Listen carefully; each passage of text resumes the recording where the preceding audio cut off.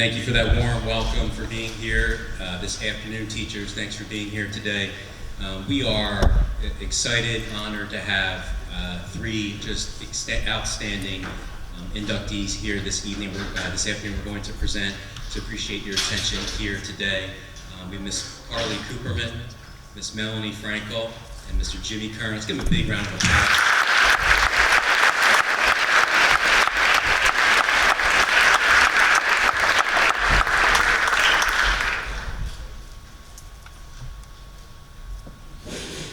Thank you. Everyone please stand and rise for the Pledge of Allegiance.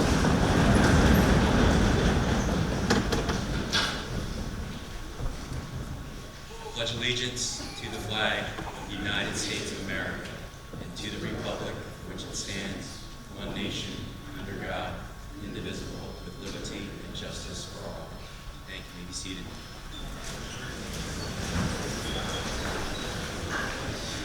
I heard a ring. I said, make sure to note myself, turn on silent.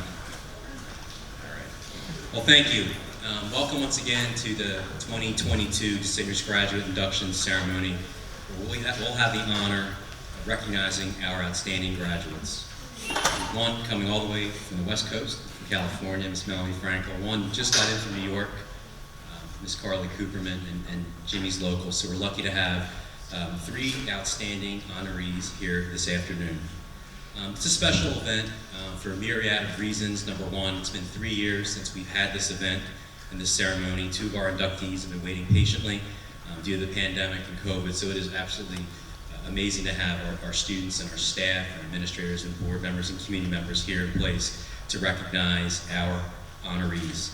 I'd like to highlight and acknowledge several in the audience today. We're fortunate to have present this afternoon our Superintendent of Schools, Dr. Christian.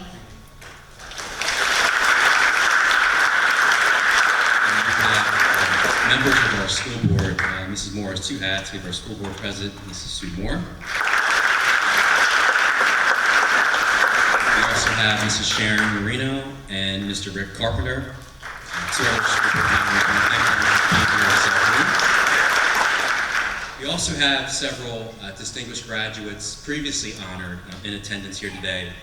If you could please stand and be recognized when I call your name. With Mr. Randy Brenner, inducted in 2019. Randy enjoyed it so much, he said he wouldn't do another speech, right, Randy? No, maybe not. Dr. Frank Carter, who was inducted in 1994. Mr. Jim D'Onofrio, inducted in 2011.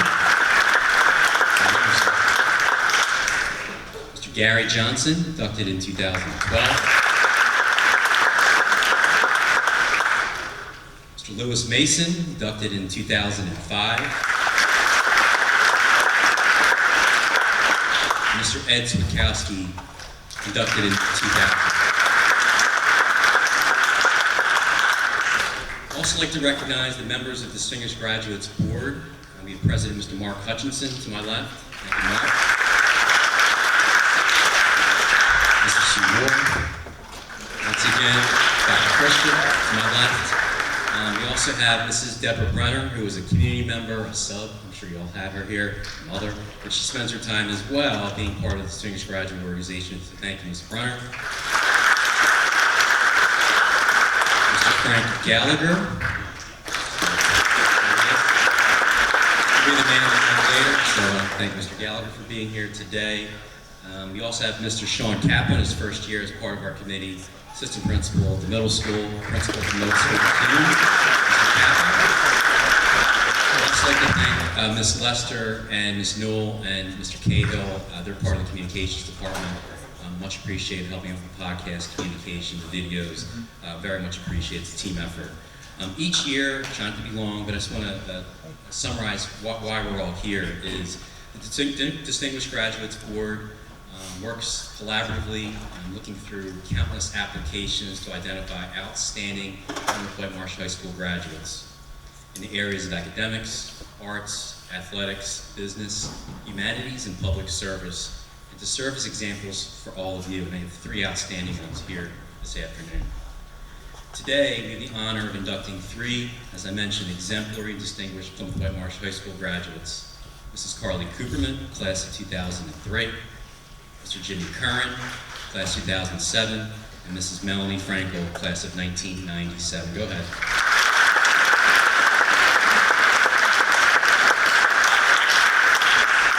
Review their biographies, view their highlight videos that Ms. Newell put together and her team, and listen to them speak.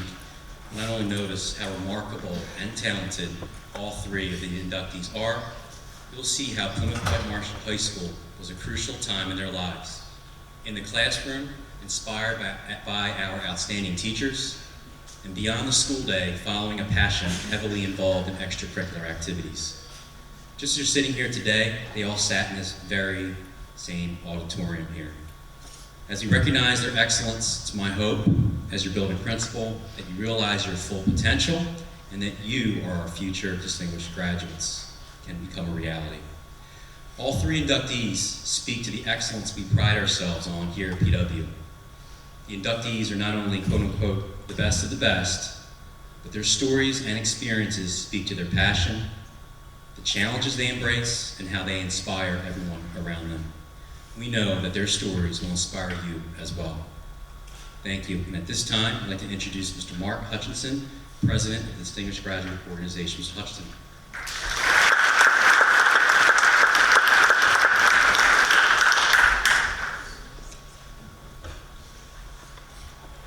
Welcome, students, faculty, guests. Today is the 35th anniversary of our presentations of these awards to outstanding PW graduates who have distinguished themselves in their chosen careers following their years here at Plymouth Whitemarsh. As Dr. Bracani just told you today, we have three outstanding Plymouth Whitemarsh grads who have come here to not only be recognized, but to share with you their experiences. We invite you to listen to their words and have them describe for you their experiences and what their years here at PW meant to them and how they used those years at PW in the paths they chose to go forward. So without further ado, I'd like to begin the presentation for Carly Cooperman.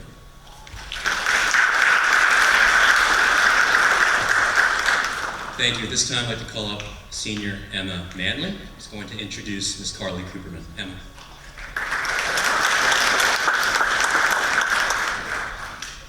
Carly Cooperman graduated from Plymouth Whitemarsh High School in 2003 and has since become the CEO of a national strategic research consulting firm that has many well-known clients, to include former presidential candidate Michael Bloomberg, as well as companies such as HBO and Apple. Upon graduating from PW, Ms. Cooperman attended George Washington University, where she studied political communications and business administration and graduated magna cum laude. She worked internships at NPR, Fox News, and the Washington Post, as well as at a small political advising firm. It was during her time at this firm that she was introduced to Douglas E. Schoen, who was about to start his own consulting business. She became the very first hire at his new business in 2007. Over the next 13 years, she would go on to hold every position in the company until she was named CEO in 2020. With a close team of 10, she provides consulting services for a variety of clients, specializing in providing research and polling data for clients pursuing political initiatives. She's been a research partner on campaigns for Every Town for Gun Safety and the Campaign for Tobacco-Free Kids, as well as the Marshall Plan for Moms. In addition to political strategizing, she has also used her research and polling skills to help companies like HBO, which called upon her firm to launch its first streaming service, HBO Now. In addition to running her own company, Ms. Cooperman is a board member for the George Washington University's Graduate School of Media and Public Affairs and serves as the Vice Chair of Communications for the Parent Association of JCC Manhattan Nursery School. She's written a book titled America, Unite or Die, How to Save Our Democracy, appeared as a regular panelist on Hill.tv's political opinion show, What America's Thinking, and received the American Association of Political Consultants 40 Under 40 Award. She has twins, Hayden and Sawyer, and is married to Matt Streisfield. They currently live in New York City. I love using data to shape strategies and inform decisions that make a difference. Carly Cooperman has spent 15 years working as a communication strategist, conducting polling and marketing research for politicians, candidates for office, advocacy groups, and product introductions, while climbing through the ranks to be one of the youngest CEOs in the business as a partner in the firm Schoen Cooperman Research. Our work is a crucial piece of a puzzle for any campaign. The data tells us who to target, what messaging is going to resonate, how to build support among constituents. The most rewarding part, of course, is when we win. It's really exciting to see our data and insights help get candidates elected and help important ballot initiatives pass. She could trace her passion for looking at data to her AP statistics class at Plymouth Whitemarsh High School. I always had loved math, and math was a strong suit of mine, but statistics was the first time I realized that there was a hands-on way to use math and in the real world to make decisions and inform strategy, and it was eye-opening for me. And I really think it was there that the initial seed for my interest in polling started. After graduating from PW in 2003, she was drawn to the Political Communications program in the School of Media and Public Affairs at George Washington University in Washington, D.C. I love the idea that there was a way I could learn about politics that was less theoretical than political science. And once I was there, I made it my goal to take advantage of being in Washington, D.C. and getting as much real-world experience as I possibly could. So I interned at NPR. I worked at Fox News one summer. I worked at a public affairs firm. I worked on Capitol Hill for a semester. Through one of these connections, she met strategist Doug Schoen, who offered her a job after graduation on the spot after seeing her resume. Most millennials today don't follow through. Carly did. And I think it's fair to say that her success speaks for itself. She's gotten wide acclaim in our industry and beyond. She's done a book with me. She's written numerous articles. She's been on TV. All who know her like her, and most importantly, respect her. And her level of accomplishment as both a professional, as a market researcher, as a CEO is unparalleled in my experience. Early in her career, Carly Cooperman had the opportunity to work with the firm's senior level clients and found herself as often the youngest and one of the few women on the job. It forced me to be in a position where I really had to lean into my knowledge of the data, my confidence in knowing that I knew what I was talking about, to maintain and build that credibility. And it took time. I mean, I was uncomfortable at first. I had to build confidence and trust that I belonged in the room. More than a dozen years later, she continues to build on successes with highlights such as having 21 of 24 political clients, including 15 women, winning their elections in 2018, and working as a lead pollster for New York Mayor Mike Bloomberg's presidential campaign in 2020. She's just been wonderful to work with. She's extraordinarily competent. She's a real strategic thinker. She has her finger on the pulse. She's an extraordinarily hard worker. With her growth in the company, Carly Cooperman has received numerous awards, including being named one of the American Association of Political Consultants 40 Under 40. But her true reward is the value of a job she enjoys. It's hard to imagine working anywhere else. I've grown up in this company, but I've also helped to shape it, and this company has evolved as I've evolved, and really it's become what it is today, largely because of me as I've continued to grow and become the CEO of the business. But that being said, I'm excited for the next chapter and to see what the future holds.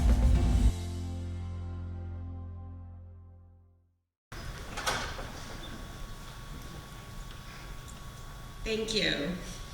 I'm honored to be here and included with such a distinguished group of people. I want to thank Emma for introducing me, the nominating committee, Kim Newell, the staff and organizers of today's events, And congratulations to Melanie and to Jimmy as well. I'd like to thank my family and friends, and particularly my mom, dad, and sister, for their love and support.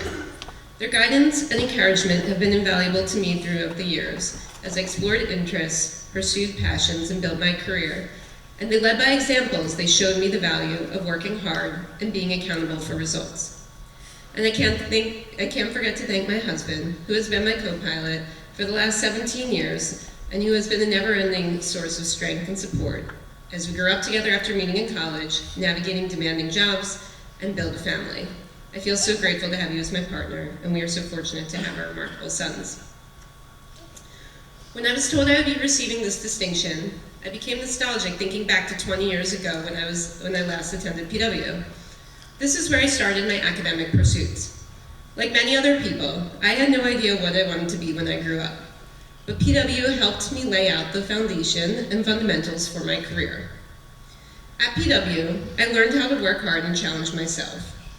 While I always loved math, thanks to Mr. Marcus's AP Statistics course during my senior year, I learned that there was a real-world application for math that was actionable. I didn't realize at the time that this was the first seed planted for what would be my career. During high school, I found myself developing a deep interest in government and politics. I played tennis and lacrosse in high school, and while I was pretty good at tennis, I was horrible at lacrosse. I used to run on the treadmill in the basement of my house as part of training, and I found myself watching CNN as I ran. Shows like Crossfire and journalists like Tim Russert and Joel Stein captivated me. And at some point, I realized that this was an interest that I should pursue. I followed this passion and went to the George Washington University in Washington, D.C. to pursue a degree in political communications in the School of Media and Public Affairs. I was intrigued that there was a program that was more hands-on than political science, and in conjunction with my studies, I made it my mission to take advantage of every internship opportunity I could have. I could find in Washington, D.C. I worked on Capitol Hill and at NPR, Fox News, The Washington Post, a public affairs firm, and a political advertising firm. I intentionally worked across the aisle for both Democrats and Republican organizations to gain multiple perspectives, though this is not something that can be done in today's divided political climate. I loved getting exposure to all sorts of jobs that existed in the cross between strategy, communications, and politics, and I found that ruling out careers I didn't want to pursue was just as important as discovering what I liked. In my spring semester of my senior year of college, the president of the political advertising firm I worked at offered to pass along my resume to Doug Schoen, a well-known political consultant and someone credited as the founder of overnight polling. I knew that Doug was somewhat of a legend in politics and a co-founder of what was the leading political polling firm, Penn Schoen in Berlin. I'd yet to have an opportunity to marry my interest in politics and communications with my love for math, but this seemed like the perfect combination of interests. I thought if I was lucky that my resume would get passed along to HR and I could get an interview from the New York office, as I was planning to move to New York. Instead, I got a call the next day from Doug himself, asking me to meet him at a bar in DC the following week for a drink. This was nothing like the interviews I had previously, and I wasn't sure what to expect. After we spoke for 20 minutes, and he asked me some questions about my job experiences on my resume, he offered me a job on the spot. Many years later, telling me that anybody who was able to attain so many different work experiences during college was worth hiring. As luck would have it, Doug and his co-founder had recently sold his business, and Doug was leaving the firm and planning to start a business again, bringing over a few long-standing clients. I was his first hire. I learned the polling business from the ground up under Doug, and as I advanced, Doug and I grew the firm together. We hired more employees, we brought on more clients, we expanded our capabilities, and we branded our business. Seeing how data could be used to inform big decisions had me hooked immediately. Polling is integral to every political campaign. It informs the TV and digital ads that are created in terms of what issues to highlight and what language is most persuasive. It tells us which type of people are core supporters and who is persuadable. Beyond working to help elect politicians, I helped pass laws that made advancements on gun safety legislation, public health initiatives, and climate change. It was exciting to see how data could be used in the business world as well. We helped HBO navigate the period of time when Netflix and other streaming services exploded onto the scene by conducting research to understand their consumer base, what content they want to consume and how they want to consume it. And we played an integral role in HBO's launch of their own streaming product. When Apple Music launched as a competition to Spotify, we helped them refine their website and advertisements to more effectively reach potential consumers. What came with exposure to such top-notch clients at such a young age was that I also found myself the youngest in the room and often the only female. I was intimidated by these settings initially and was often overlooked. I had to work twice as hard to prove that I knew the data and understood its implications, and to earn the respect of clients. I have memories of being told I could not stay in a strategy meeting for former New York City Mayor Mike Bloomberg at the mayor's mansion. 10 years later, I found myself with his same inner circle presenting our latest poll findings during Bloomberg's presidential campaign. Doug approached me a few years ago and told me he wanted to rename the business, shown Cooperman Research, and appoint me as CEO. It marked the culmination of a tremendous journey when I think about how I started at the very bottom at age 22, out of college. I am also now spending increasingly more time speaking with the news media as a global political strategist, sharing my analysis of recent poll data and of the current landscape. Looking at my journey, I have a few pieces of advice that I would share with those of you who are beginning yours. Number 1, pursue your interests. I grew up in a family that worked in business, and I assumed that I would follow a similar path. What started out as an interest in watching CNN turned into a field that I wanted to work in. Number 2, take risks, follow your gut, and try new things. Say yes to opportunities even when they are untraditional. When Doug offered me a job after college, he offered me a 6-month job. I had to sign a 1-year lease in New York City, and I couldn't live there without a job. When I made that point to Doug, he bluntly told me that anyone could be fired in a job at any time, and I should give it a try. I figured that I was young and had nothing to lose, and this was a unique opportunity to learn from an expert in the field. And it's been 15 years since we've been working together. Number 3 is to work hard. Hard work may be the greatest superpower that one has, and you can unleash it at any time. With each opportunity I was presented with, and with each new challenge put in front of me, I worked really, really hard. Nothing is handed to you for free. Number 4, get as much experience as possible. Learning what you don't like is just as important as learning what you do like. And number 5, push yourself outside of your comfort zone. As an entrepreneur growing and running a business, I have been constantly challenged to do things I'm uncomfortable doing. Pushing myself has led me to continue to learn and grow. I am a parent of 5-year-old twins, and as they embark on the very beginning of their educational journey, I hope they are as fortunate as I was and have a school experience that teaches them to work hard and encourages them to explore their interests. Looking back, I can clearly pinpoint how my time at PW laid the foundation for my career. I am grateful for the tools I learned here and the experiences that influenced my work today. Thank you.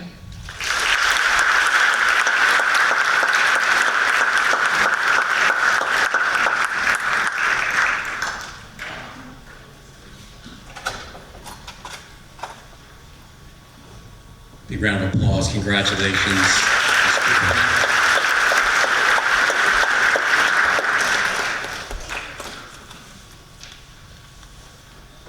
Here's a plaque to recognize you for your award and being honored and inducted in the Distinguished Graduate Organization. Quite impressive. Thank you so much.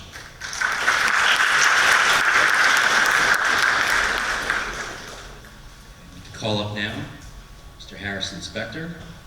He's going to introduce Mr. Jimmy Curran.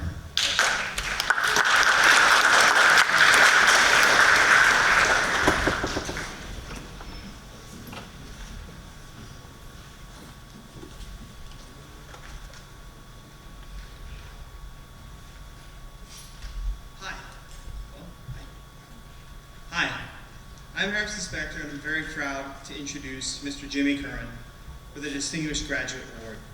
This award is richly deserved by Mr. Curran, and his story can serve as an inspiring example of what PW students can accomplish. From the age of 2, Mr. Curran has wrestled with spinal muscular atrophy, type 2. He had to figure out how to use his strengths and inner resources to overcome his physical limitations, and he certainly did. Mr. Curran graduated from Temple University's Fox School of Business with honors. After that, he participated in internships both on Wall Street and at Capitol Hill.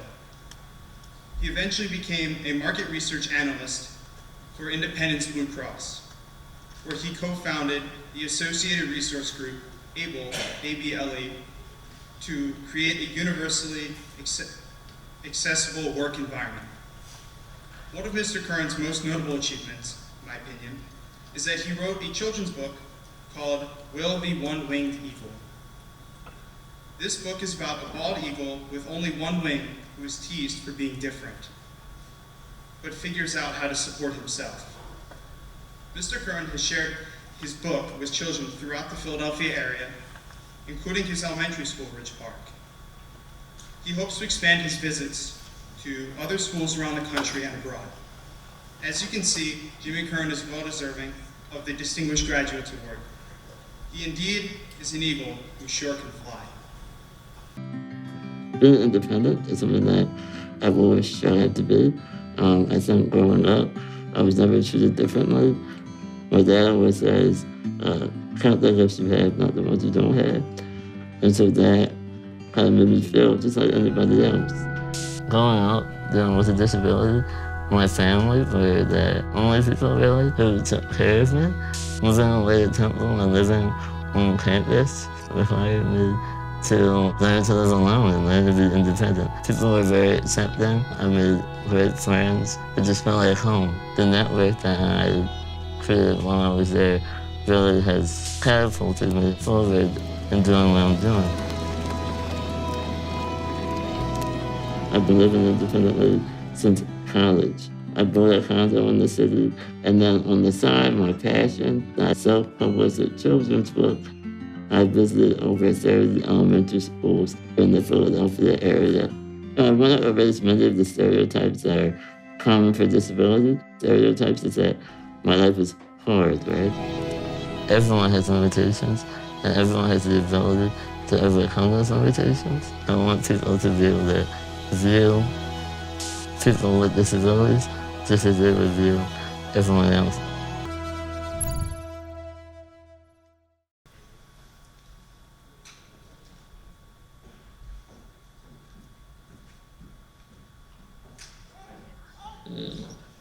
Okay, thank you. Well, first, I'd like to thank you to everyone here at Colonial. I'm indebted and grateful to so many teachers here for not only giving me a great education, but also for realizing that education is not a one-size-fits-all. My teachers often invested in me and listened to me and allowed me to succeed the way that I know best and am able to.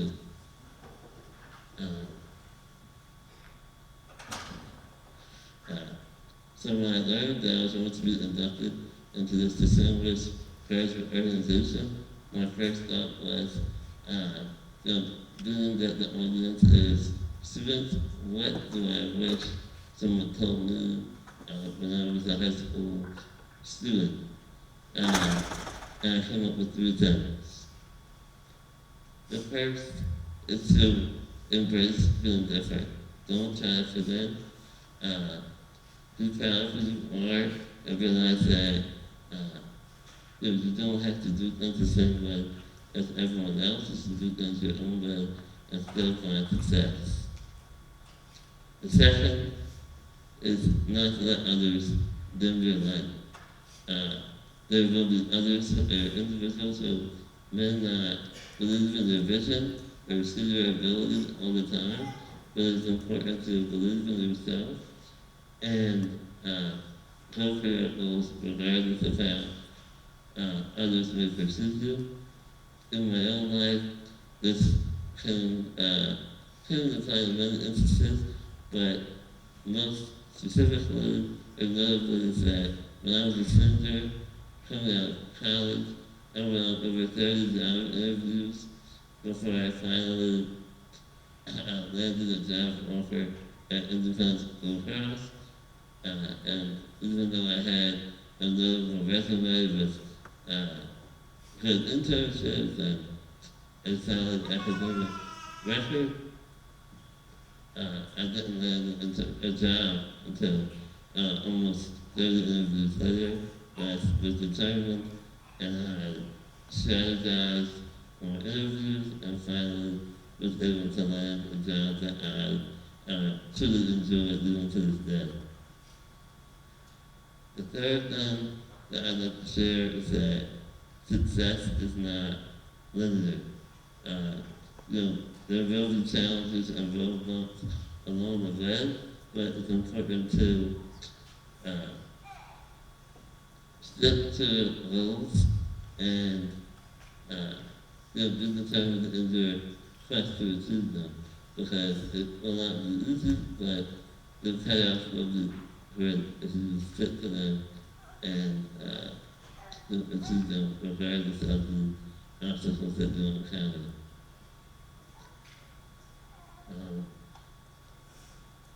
With that, I will turn it over. Thank you very much for listening, and I'm happy to impart the advice, and I'm honored to be out there among these two distinguished graduates as well. Thank you.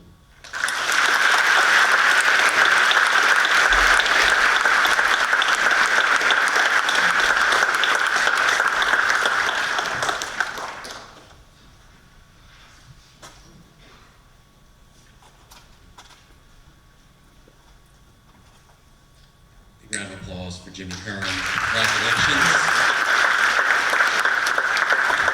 There's Grodanz award for you. Quite inspiring. Thanks for all your work. And she shared in our podcast today that used to rap at middle school.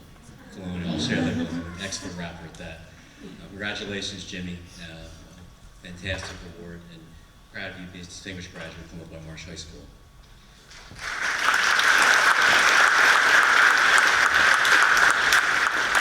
Call up Layla Yadula, introducing our final inductee, Miss Melanie Frankel.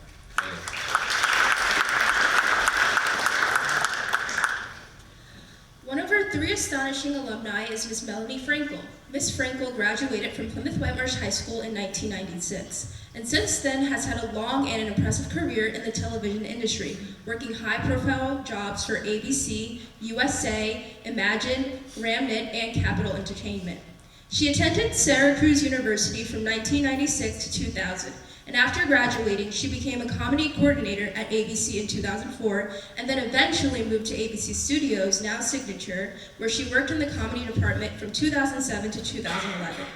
After working hard as a comedy coordinator, Miss Frankel later became the president of the original comedy series at USA and led the network in broadening its comedic offerings. Impressively enough, she developed the series Playing House, Sirens, and Benched. And in 2012, The Hollywood Reporter identified Ms. Frankel as one of the 35 superstars under 35 to be working in film, TV, digital, law, and news. She later returned to ABC Studios as head of comedy in 2019. And then in 2022, joined Capital Entertainment as head of creative, where she helped spearhead projects from inception through on-air runs as executive producer. Ms. Frankel now lives in Los Angeles, California, and has a daughter named Zoe with her husband, Ethan Frankel.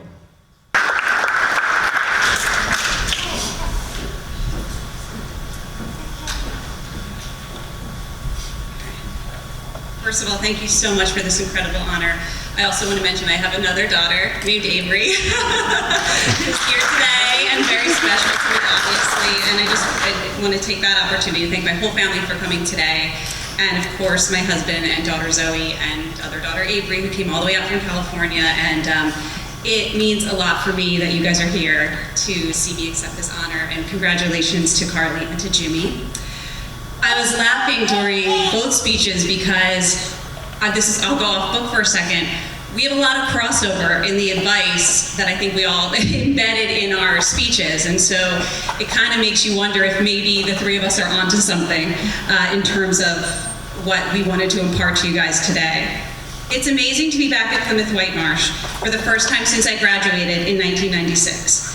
In fact, the last time I was on this stage was that same spring as a colonial player in that year's musical, which happened to be Pippin.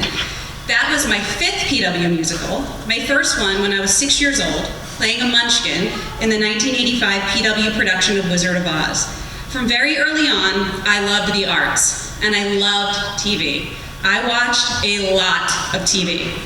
At the time, I didn't really know many other kids who were watching Moonlighting, Twin Peaks, Primetime Live, Dallas, Dynasty. Shows you're too young to remember, but trust me, the cool kids were not sitting at home devouring those shows like I was. Lucky for me, I went to a high school that not only had a top-notch theater program, but also boasted an in-house public access TV station. Believe it or not, my memory of the mid-90s of CITV was that it wasn't nearly as popular as it is today. My CITV class at the time, at one point, consisted of just myself and one other student. His name was Dylan. At that point, my love of TV had me convinced that I wanted to be a news anchor. So as part of our curriculum, Dylan and I created a news show. We both worked behind the scenes, and naturally, I was the anchor woman.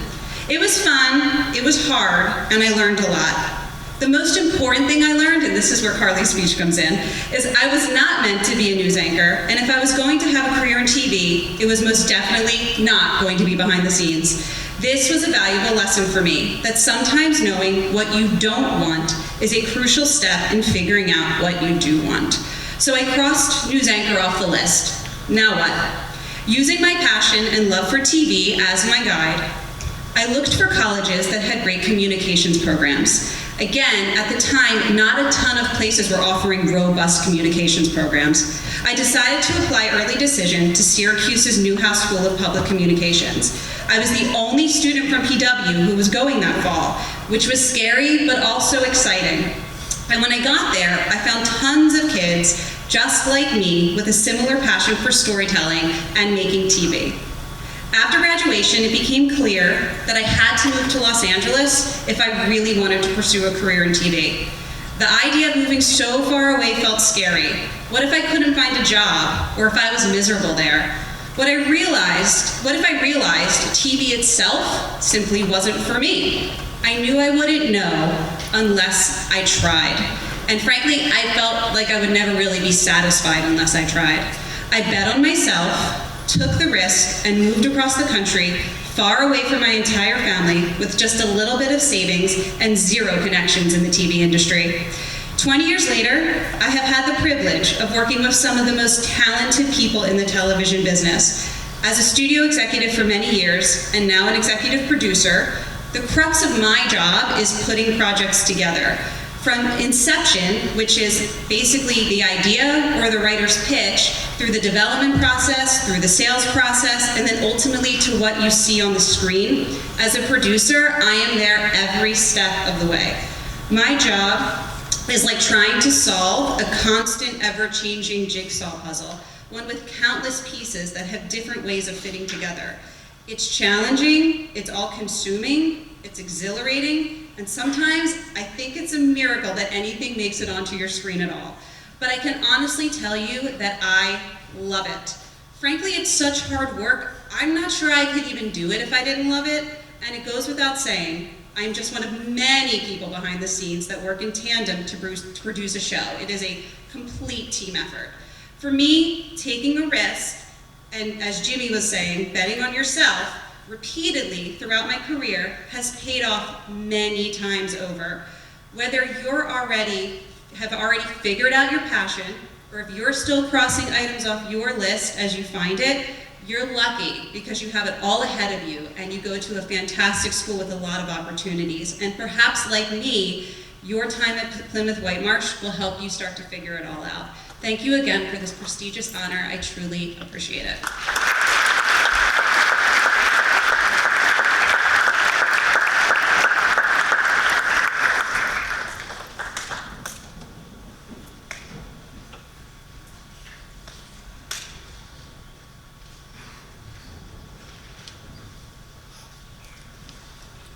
Big round of applause once again for Ms. Melanie. Audience, let's give a big round of applause for our 3 inductees. Congratulations. absolutely outstanding and impressive.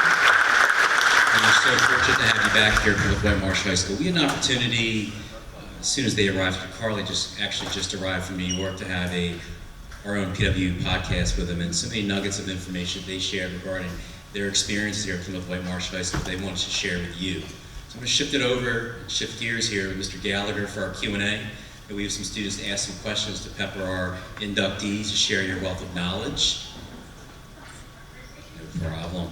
Well, make sure we get a mic over here, and it's all yours, Mr. Gallagher. Thank you very much. Hello, everybody. I'm Mr. Gallagher. For those of you who don't know me, I teach 9th grade English here, and I just want to once again thank and congratulate our inductees today for all of the wisdom, knowledge, and experience that they've shared with us today, and hope that you're all inspired by their stories and the incredible opportunities that you have all to shine and make your own mark in the world once you leave the halls of PW. So without further ado, we have several students who are anxious to ask some questions of our panelists. And we're going to go, hopefully, from now till approximately 2:18 or so and get in as many questions as we possibly can. And there will be 4 rounds of questions for each inductee, respectively. And so therefore, we'd like to begin with a question for Ms. Carly Cooperman by Mr. Greg Feinberg.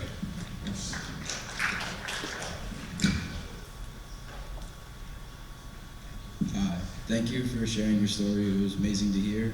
My question for today is, what is the most challenging aspect of being the CEO of a major company, and what are you planning for the next chapter, as you referenced, of your business? Thank you. In terms of the most challenging aspect of CEO, I would say, in part, managing people. It can be very challenging to both, I think cultivating talent and helping people grow is so critical to a business being successful, but it can also be time-consuming and exhausting. And I would just also say kind of always having the bigger picture perspective and not getting pulled into the weeds in a way where you lose sight of the bigger task at hand. And so at any point, juggling various clients and different deliverables, and managing expectations both internally and externally, and just trusting kind of the people who are working for you that everyone's going to be able to step up and do their part. And in terms of the future, it's interesting because as we just go through the years, the nature of both the business itself in terms of polling and market research and how we do that work, and also the role it plays is evolving, and so part of it is adapting with the changing world, and kind of growing our business to meet the needs of different generations of work and projects. Thank you.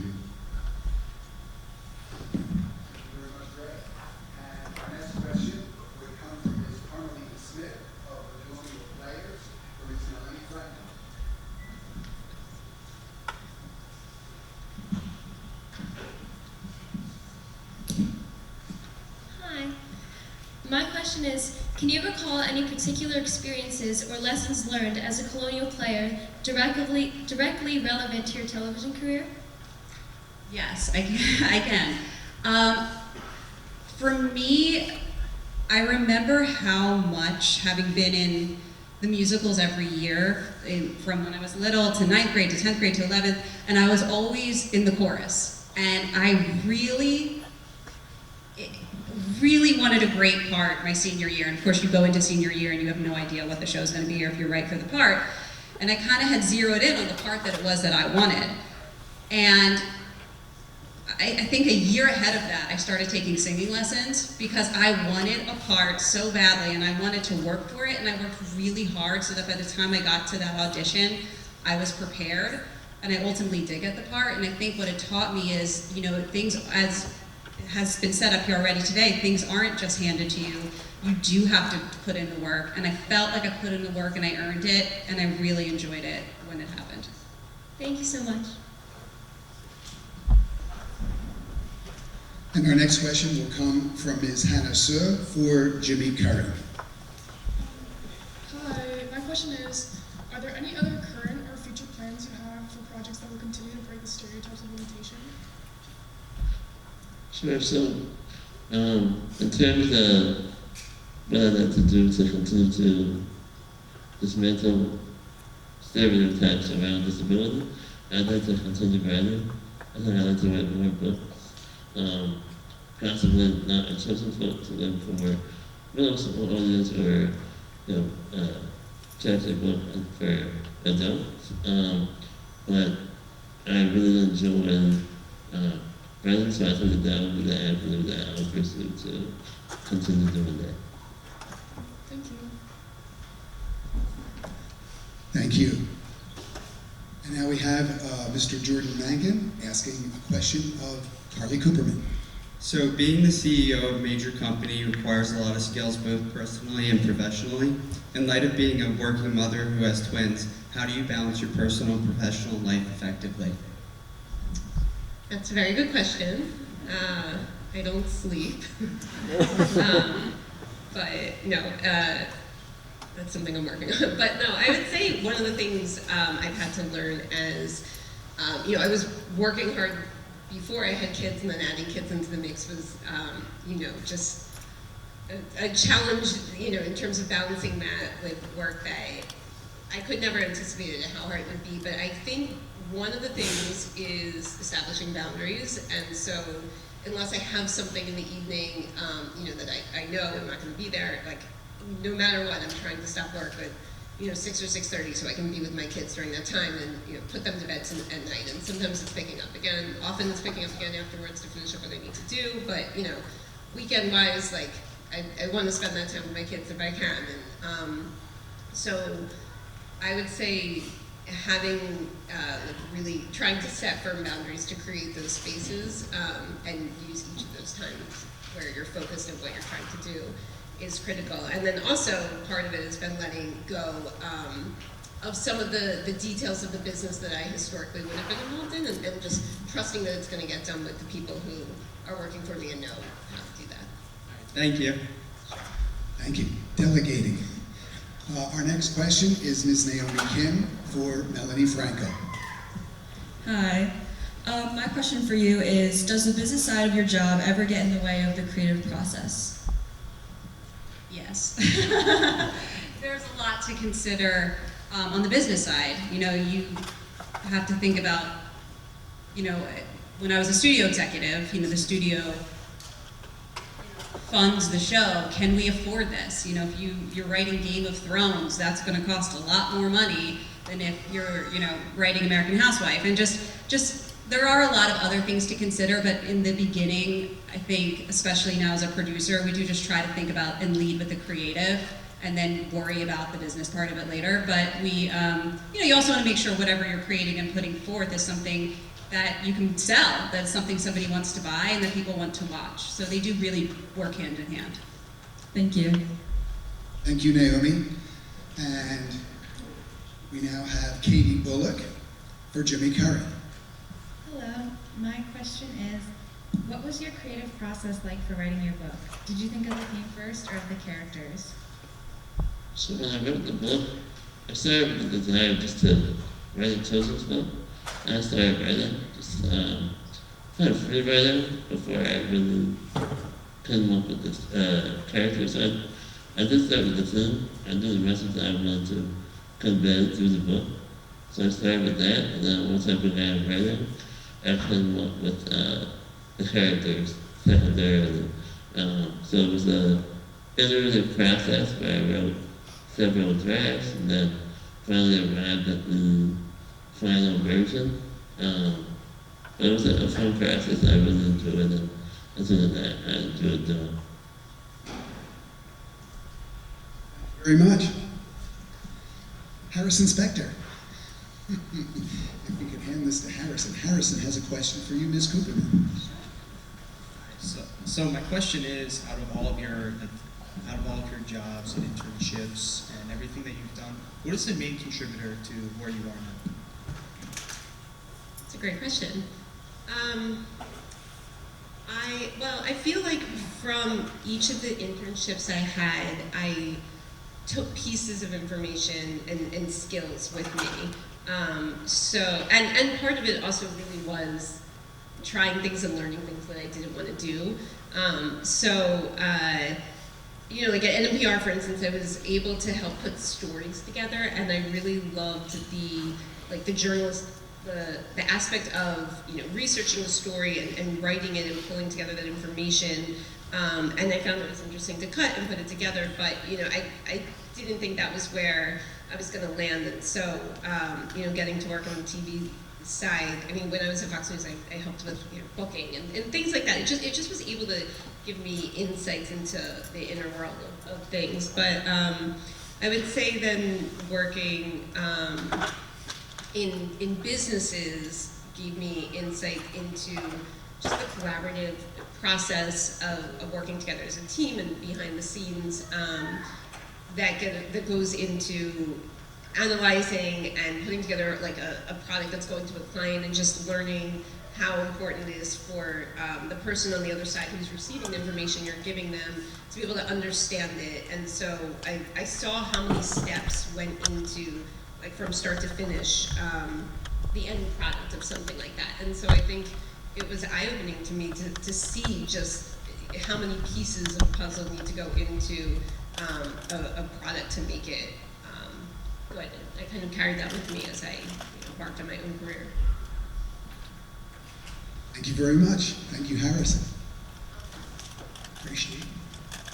Thank you. Now we have Mr. Regent Walden for Melanie Frankel. How you doing? So over the last few years, how has the emergence of streaming vehicles like Netflix and Hulu impacted the traditional broadcast networks?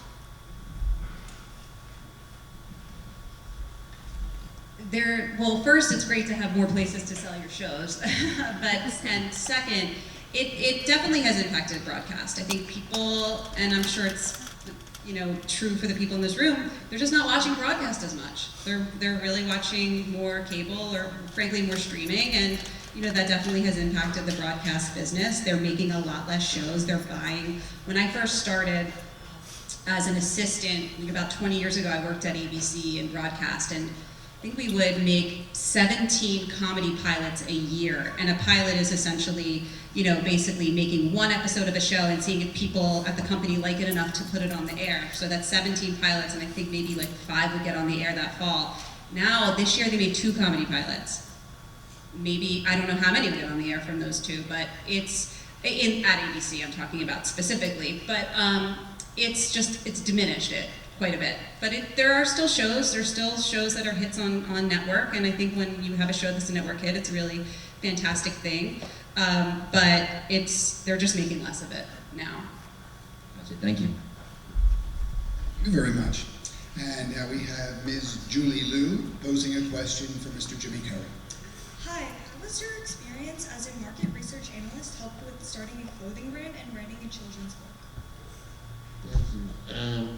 So as a market research analyst, we pay a lot of attention to the voice of the customer, and doing research by putting things out or ideas out and having customers react to them. So for my clothing line and the children's book, then when I put things out on social media or other channels, seeing how others react to them and like them or dislike them, and comments that I may receive via those avenues helps inform future plans or decisions that I'll make moving forward. So I'd say that there is a loose connection, and that I do have to survey the market and listen to the voice of the customer and decisions related to the clothing brand. Thank you. Thank you, Ms. Julie Liu. Once again, we have Jordan Mangan posing a question to Carly Cooperman. What interpersonal skills and adaptive traits have you used to overcome adversity, and how has your character been shaped by these challenges? Thank you. I think in terms of the skills required to overcome adversity, when I was faced with challenges in work where, you know, I wasn't maybe treated with the same degree of respect, or just having to prove myself, I guess, as just being somebody young in the room with a lot of senior people, often men. I think it's a few things. One, just taking everything in and observing what was happening and kind of seeing the skills that led to other people's success, and just kind of remembering everything that was happening and using it to develop my own set of skills. And there's also an aspect of developing thick skin and just, you know, not being fazed by how people might, you know, treat you or not treat you, and just knowing internally that, you know, that I'm good enough and that I belong here, and that I can take that and assert myself and be confident in, you know, why I'm here and my skill set. And it 100%, I think, like the toughness and the need to develop thick skin has impacted me, and, you know, gave me strength that has led me to, you know, take on each challenge that comes my way. Thank you. Thank you all so much. And it looks like that's about all that we're going to have time for today in terms of the questioning and the answering. Thank you for graciously fielding all of these questions. Congratulations to the inductees. We'll be closing out and rounding out the ceremony with Dr. Christian and our alma mater very shortly. Thank you. Thank you, big round of applause. Thank you to our students for stepping up, asking the questions. Gallagher, the moderator. At this time, I'd like to introduce Dr. Christian for some closing comments for our alma mater. Dr. Christian.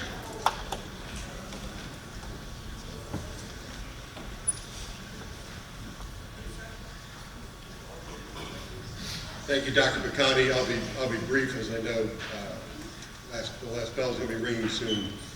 One of my favorite essays that I've referenced in graduation speeches is an essay by Robert Hastings called The Station. And the theory behind the station is that our life is like riding on a train. And we're looking out the window and we see our life experiences. And we're waiting to reach the station. And maybe the station comes when I produce my own TV show, or when I become CEO, or when I become a published author. And you suddenly realize that the station constantly outdistances us. And it doesn't diminish our accomplishments. All of our distinguished graduates have amazing accomplishments. But I think they would all agree that it's been the journey and the experiences that have helped mold them so that they can achieve. Think of the words they used: follow through, dedication, hard work. They acknowledged people in their lives that helped them accomplish the things they did along their journey. And that's the value that we want our Plymouth Whitemarsh students, and we know that our Plymouth Whitemarsh students will emulate as they move forward. Whether you're in the class of 2022, 1996, whatever year you graduate, you will always represent this school, your family, and this community. And so I want to congratulate our distinguished graduates for your outstanding efforts, and congratulations on your induction into the DGO. Thank you for joining us today.